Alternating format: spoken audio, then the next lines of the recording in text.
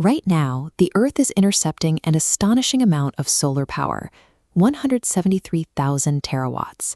To put that number in perspective, that is 10,000 times more energy than the entire human population currently uses. Our primary energy problem is not a lack of power falling from the sky. The issue is that we simply don't have a large enough net to catch it all. But the math on a small scale is incredibly encouraging. It takes only about 12 small solar cells to capture enough of that falling energy to fully charge your cell phone. To understand how we could eventually capture enough energy to power the whole world, we have to shrink way down. Let's look closely at how a single solar cell actually traps a sunbeam. A solar cell is essentially a catcher's mitt made of silicon, the second most abundant element on Earth. Silicon is a unique material that usually keeps its electrons locked tightly in place, but it can be nudged into letting them flow under the right conditions. This catcher's mitt is built as a sandwich made of two distinct layers of silicon. These layers are manufactured to have opposite needs.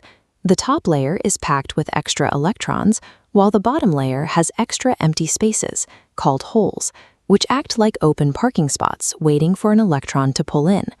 Because of these opposite charges, something highly specific happens exactly where the two layers touch. They create an electric field at the seam that acts as a strict one-way door. This microscopic one-way door is the essential piece of architecture to take the raw, chaotic energy of light and turn it into directional electricity. Sunlight travels to us as a flow of tiny, energetic particles called photons, shooting continuously out from the sun. When one of those incoming photons strikes the silicon cell with enough energy, it acts like a microscopic bumper car. The impact physically knocks an electron completely out of its bond, leaving an empty hole behind. Now that the electron is free to move, it wants to fall into a hole in the bottom layer, but that one-way door blocks it.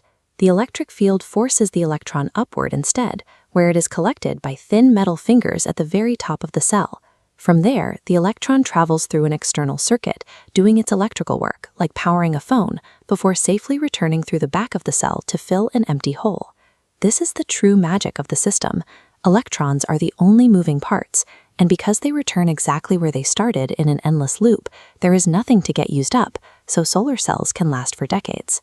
If we have a wear-free, abundant energy trap, why isn't the entire world running on solar right now? The most obvious hurdle is that solar energy is unevenly distributed across the planet.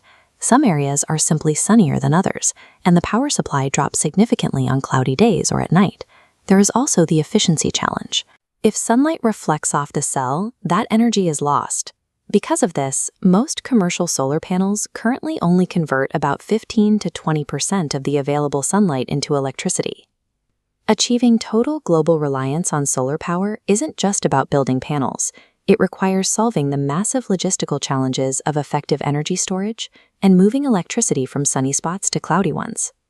Despite those hurdles, we actually could power the entire world with today's technology if we dedicate enough space to the task.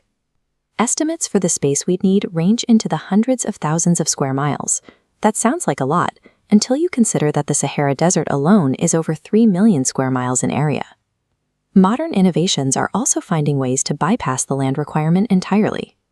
Floating solar farms can generate huge amounts of power on the surface of reservoirs, solving the space problem without taking up usable land.